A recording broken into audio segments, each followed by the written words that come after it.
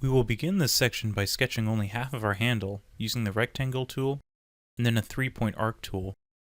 Then we'll use the trim function to trim a little bit of our geometry. We're only sketching half because we will later use a mirror tool to create the other half. The actual solid for the handle will be extruded from a shape. We will then use two new tools, the fillet and chamfer tools, to round and taper the edges to make it closer to a historically accurate shield. Once more, we'll mirror that so we have a full handle.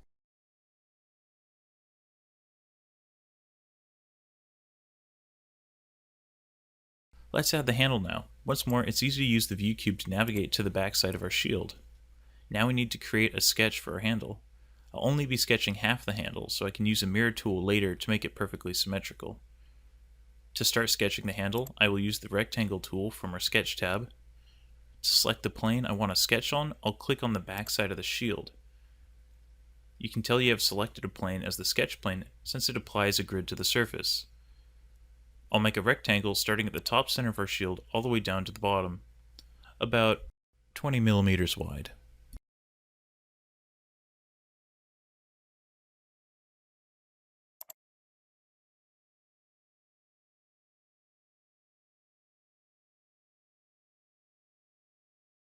The actual grip that you would hold it by was never just a flat beam, so I'm going to add some additional curvature using the 3-point arc tool.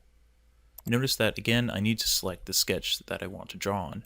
Make sure to click on the rectangle and not just the shield's surface, so 123D knows that you want to continue the sketch. I'll start by making my curve close to the edge of the boss, and I'll have the end of it also end at the edge of the boss, so I'll click here and here.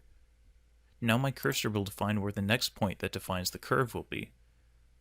I'll put it a little bit in just to give it a slight concave shape, and then I'll click to create the curve. I'll use the trim tool again to get rid of any unnecessary geometry, this straight line. Remember that you have to select the sketch first in order for the tool to work. Let's extrude this shape to make it three-dimensional. The extrude tool is under the construct tab. Much like the revolve tool, it uses a profile to make a three-dimensional shape. Select the profile of our handle, and then once again select new solid so it remains a separate component. According to my research, these handles could be thin if made out of metal or thick if made out of wood. Remains of these shields have been found to have both, so I'll make a wooden handle about 15 millimeters thick. Pushing enter will create our solid.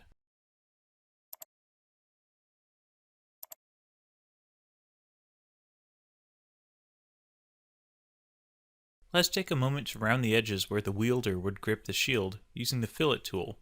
The fillet tool is found under the Modify tab and is used primarily to round corners and edges. With the tool selected, we click on the two edges we wish to round. Dragging this arrow increases or decreases the radius of the fillet. We can't have too large of a fillet. That's what that red box up at the top is trying to tell us. I'll just type in 5 millimeters for the radius and then push enter. We can also use a chamfer tool to cut off the edges much like the fillet tool. All of these shields I have seen have never had just a board strapped to the back of it to use like a handle. It almost always has a taper on the edges that meets up with the rest of the shield. I'll select the chamfer tool from the Modify tab, click on the top edge and the bottom edge of our handle, and drag this arrow to apply a fairly large chamfer. That looks appropriate, so I'll just go ahead and push enter.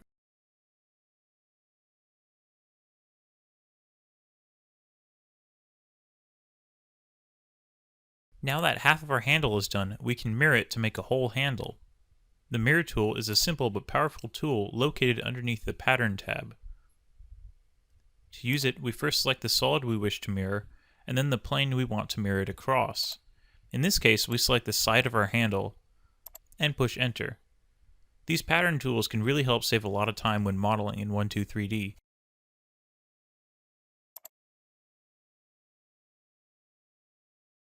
I'll just go ahead and quickly add a wood texture to our handle to finish it off.